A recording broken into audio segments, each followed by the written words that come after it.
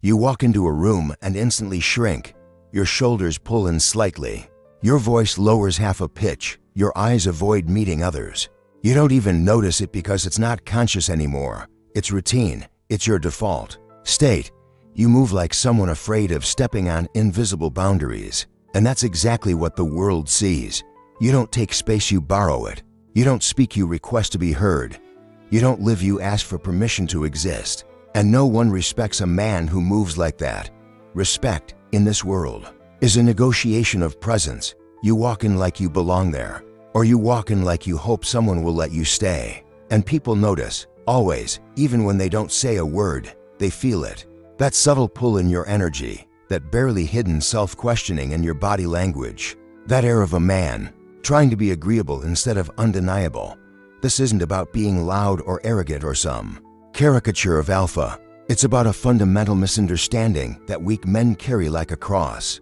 The belief that being tolerated is the same as being respected. It isn't.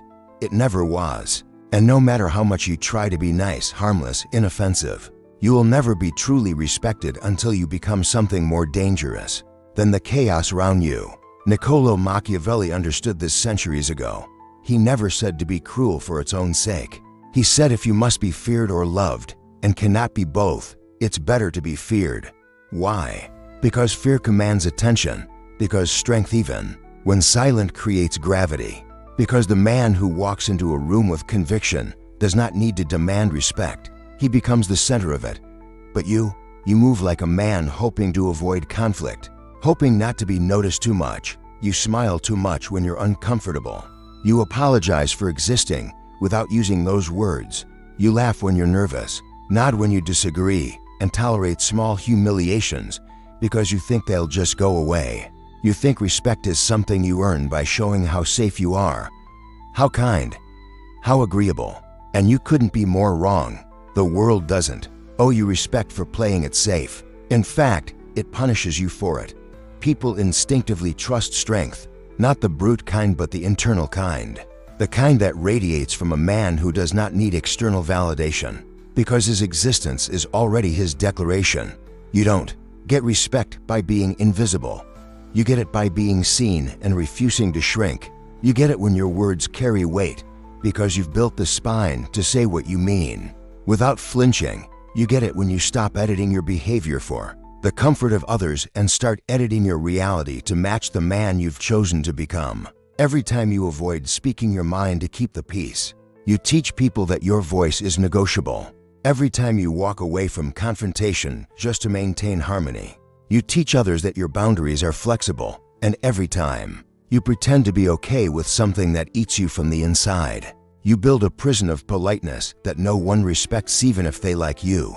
Respect doesn't come from making others comfortable. It comes from mastering your discomfort, from holding tension in your chest and choosing not to flinch, from looking someone in the eyes even when it's hard, from saying what needs to be said, especially when your voice shakes. There is no shortcut to this, no affirmation, no self-help cliche, only war, a private, relentless war with your fear of being seen, being judged, being disliked. That's the battlefield. And until you fight that war, every attempt to gain respect will be a performance, and people can smell a performance. They don't respect the man who tiptoes. They don't follow the man who begs for space. They don't admire the man who over-explains, over-apologizes, or waits for green lights that never come. They respect the one who walks forward anyway, the one who is willing to risk being misunderstood rather than remain invisible, the one who would rather provoke than placate, the one who doesn't need permission to exist because he already decided he belongs. Until you become that man, the world will treat you as optional, as background, as filler, and you wonder why no one ever truly listens, truly fears disappointing you, truly sees you as a presence. It's because you erased yourself before they had the chance. You made yourself small before they even noticed you were in the room, and you called it humility. You called it being nice. You lied to yourself and called it wisdom. But it wasn't. It was fear. Decorated, disguised, and defended, but still fear. There's only one way out. You stop waiting for the world to validate you, and you begin acting like the world has no choice but to adapt. You stop asking for permission and start creating. Consequences. You stop apologizing for taking space and start owning every inch of it. Because when you do that, something shifts, not just in how people treat you, but in how the air moves when you enter a room.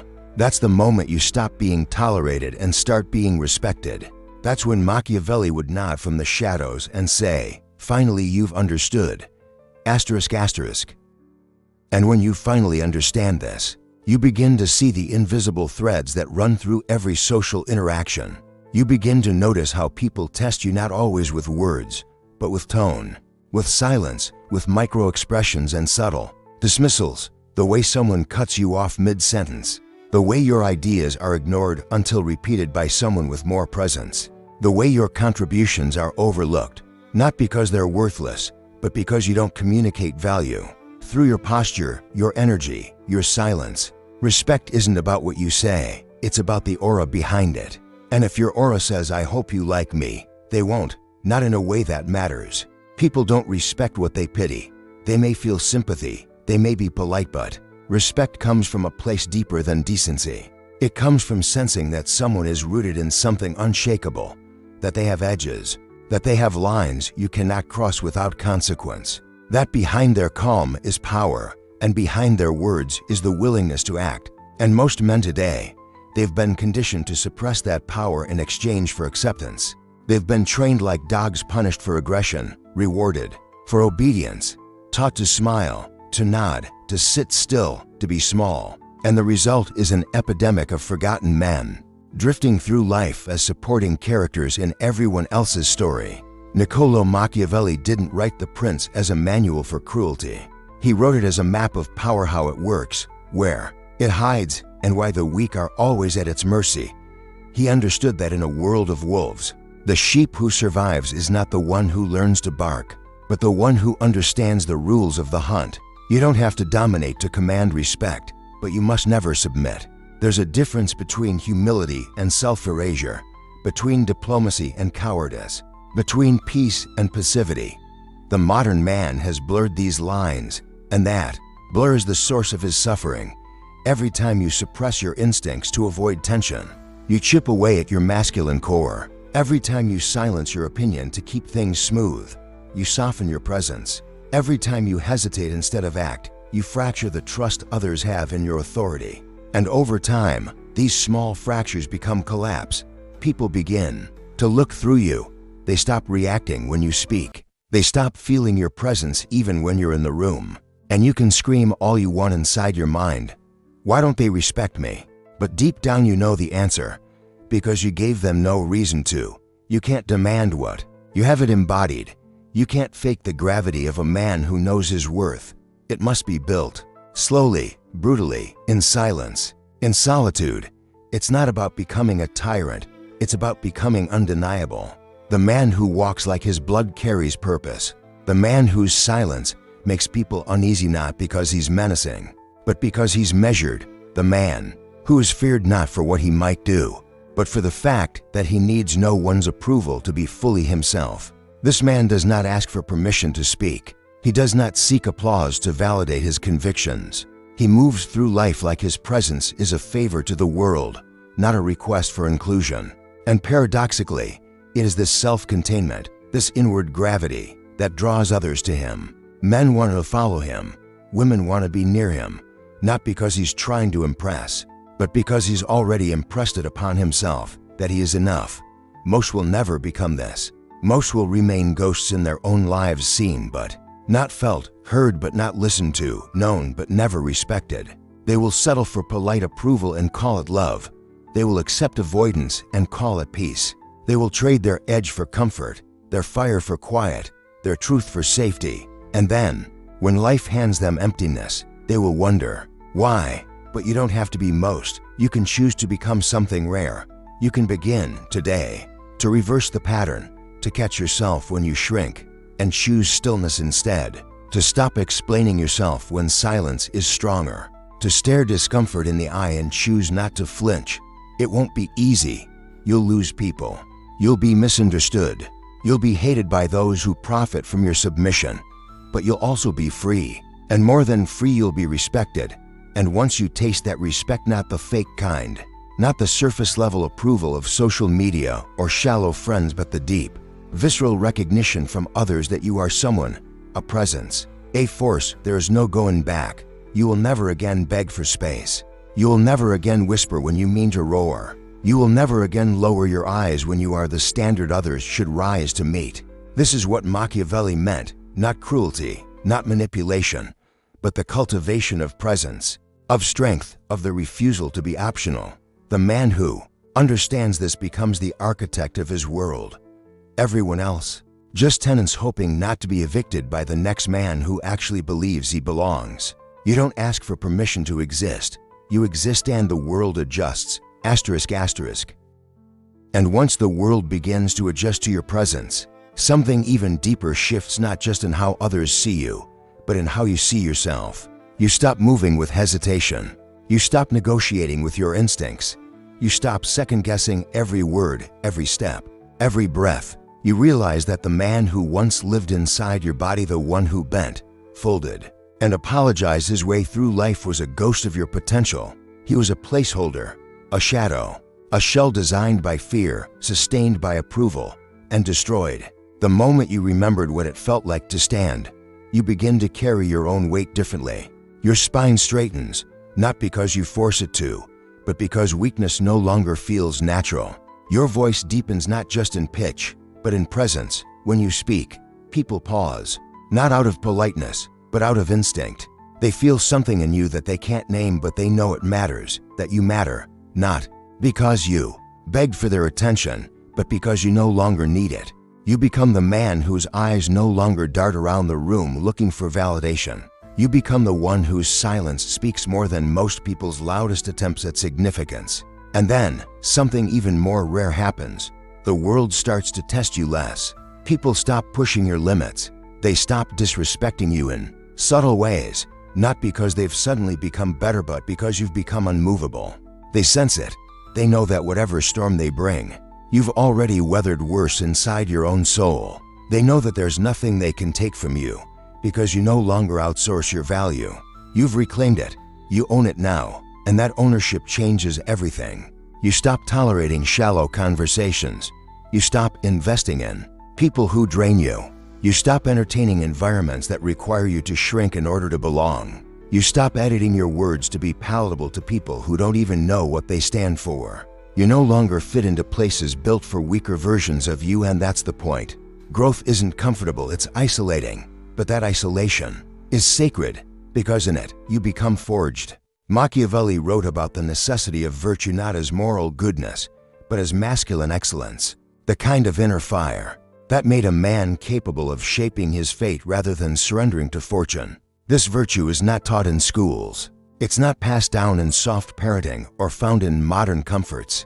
It's earned through suffering, through conscious rejection of weakness, through a deliberate cultivation of inner order. You cannot fake it. You cannot inherit it. You must become it. One decision at a time, one confrontation at a time, one moment of fear-faced and conquered dot. And it won't be glamorous. It won't be quick. It will cost you. You'll lose the illusion of safety. You'll lose friends who preferred the version of you that was easy to control. You'll lose access to shallow approval and gain a reputation that makes small people nervous. But what you gain will be something that most men die without ever touching: self-respect. The kind that radiates into every area of your life. The kind that redefines your relationship with risk, with pain, with failure. The kind that turns loneliness into solitude and solitude into power. Because here's the truth that most never tell you. You don't build respect in the spotlight. You build it in the shadows, in the moments when no one is watching, in the early mornings when you rise before the world, in the late nights when you choose discipline over distraction, in the conversations where you choose truth over comfort, in the moments of doubt where you choose to act anyway. That's where men are made. Not in theory, not in fantasy, in fire. And when that fire is finally visible in your eyes, the world bends. Doors open, challenges rise, and people either level up to meet you or they fall away. That's not cruelty, that's nature. That's what Machiavelli understood. Power respects power. And when you stop asking for permission to exist and Instead, command your place in the world. You join a different class of man, one who shapes reality, one who walks with sovereign weight, one who will never again live on his knees because he's already tasted what it feels like to stand like a king in a world of pawns. So stop explaining, stop waiting, stop making yourself digestible. You weren't meant to be tolerated, you were meant to be respected. And that begins not with their approval, but with your decision. Decide today to kill the version of you that asks for permission. Mourn him if you must, but leave him behind. The world is watching, but more importantly, you are watching yourself. And every day you act from fear. You teach your soul that safety is more important than sovereignty. But the moment you choose to act from power, everything changes, not all at once, but permanently. And that's the only permission you'll ever need. Because once that decision is made, truly made, there's no turning back. You start to operate under a new code, one that doesn't rely on the shifting moods of others or the fluctuating tides of approval. You begin to live by a principle that is both ancient and rare. I exist because I choose to, not because I was invited, not because I was accepted, but because my presence is non-negotiable. And the world, in time, adapts to that level of certainty. You stop waiting for the right moment. You realize there is no perfect timing, no magical green light that suddenly makes you worthy of stepping forward. There is only now, and now is enough if you are willing to risk rejection for the sake of self-respect. Most men never do. They spend their lives in holding patterns, circling the runway, waiting for the wind to change. But the men who change the game are the ones who land anyway, wings shaking, heart pounding, but unshaken in their will. And this is where power begins to feel quiet. Not performative, not loud, not brash, just settled, deep, rooted. The kind of power that doesn't need to be proven because it's already embodied. You walk into a room and people sense something unspoken, that you won't bend easily, that your words have weight, that your time isn't given freely, that your approval isn't for sale. This doesn't make you cold, it makes you clarified. Your energy becomes clean, sharp, polarizing. And that's a good thing, because real power should polarize. The man who tries to be liked by everyone will always be ruled by someone. But the man who is willing to be misunderstood, disliked, even resented, for the sake of standing in his truth, that man becomes ungovernable. He doesn't seek war, but he is always prepared for it. He doesn't initiate conflict, but he never avoids it. He doesn't provoke, but he never pacifies either. His existence is a quiet declaration. I know who I am, and I do not require your permission to remain. You start to see how many situations in your life once relied on your weakness. How many relationships survived only because you made yourself small. How many jobs tolerated you because you tolerated being overlooked. How many conversations stayed shallow because you were afraid of your own depth.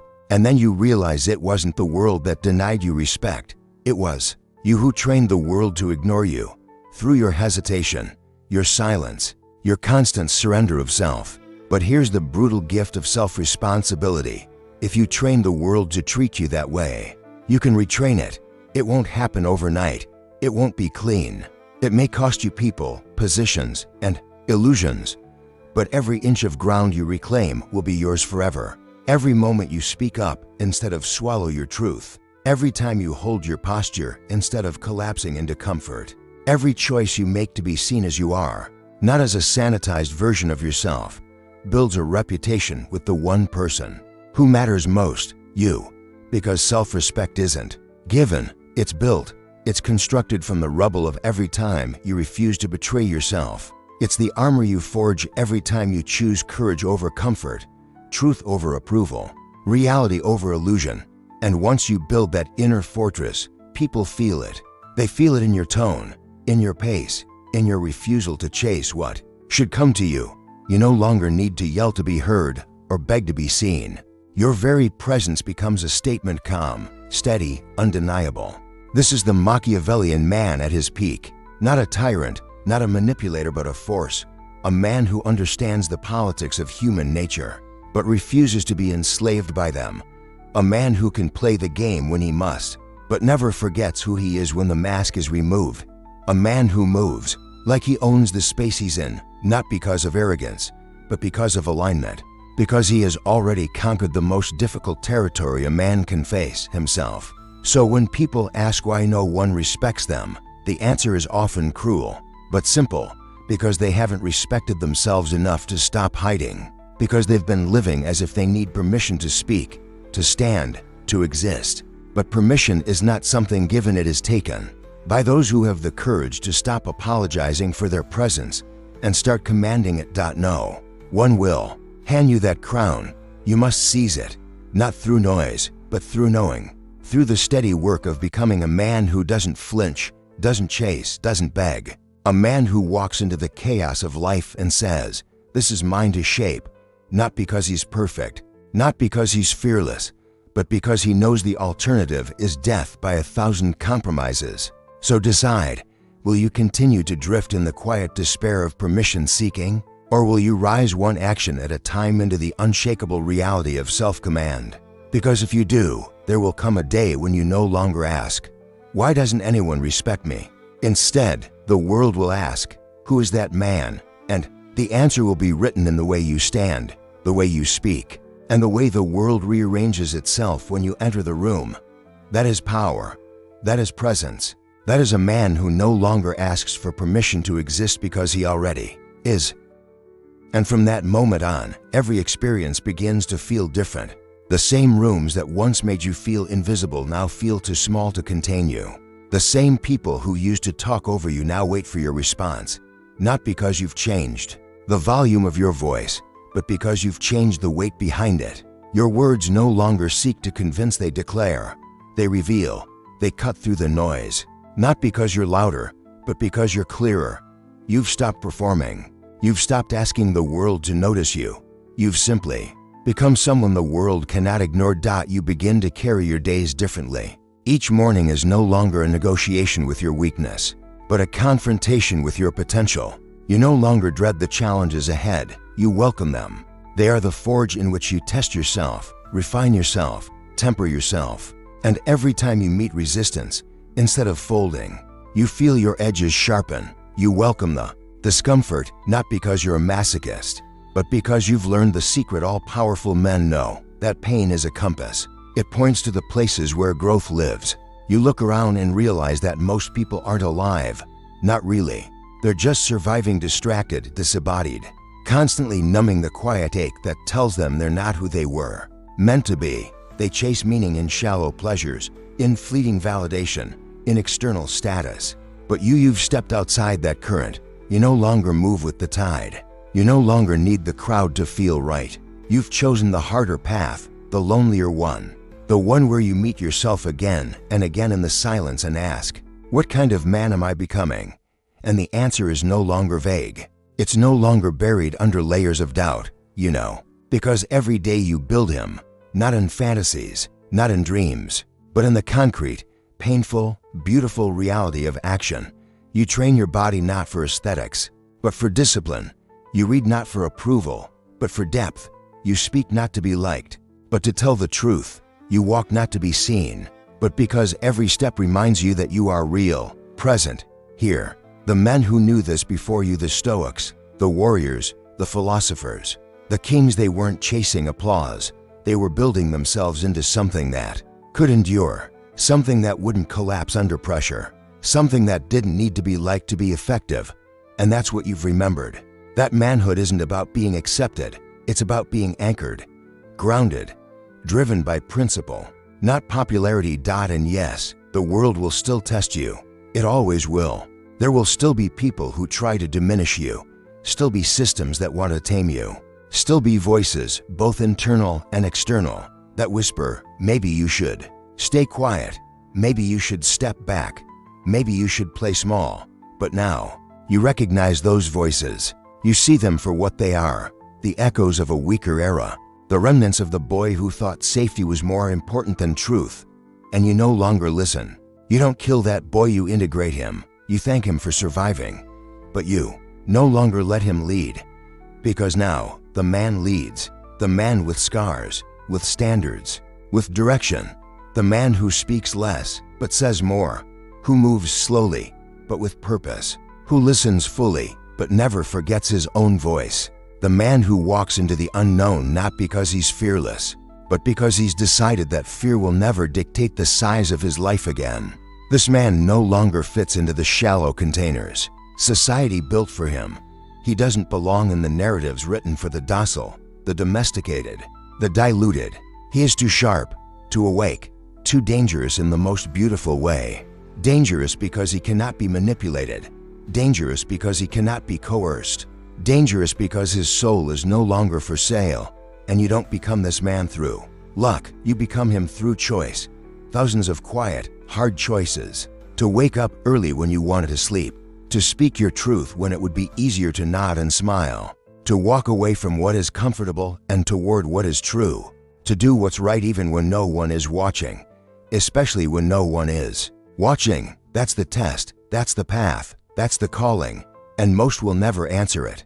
They will shrink, they will blame. They will wait for someone to come save them, but not you, because you now know no one is coming. No one is going to give you the life you were meant to live. No one is going to hand you the respect, the power, the clarity you crave. You have to become the man who commands it. You have to build the world that reflects your inner strength. You have to decide every single day to never again ask for permission to exist. And when you do that consistently, without apology, without retreat, something sacred happens. You stop being a man among men. You become a standard. You become a reminder of what is possible. You become the man others measure themselves against, not because you demanded it, but because you embodied it. And that is the final evolution, not dominance, not perfection, but quiet, unwavering, earned respect. From others, yes, but more importantly from yourself.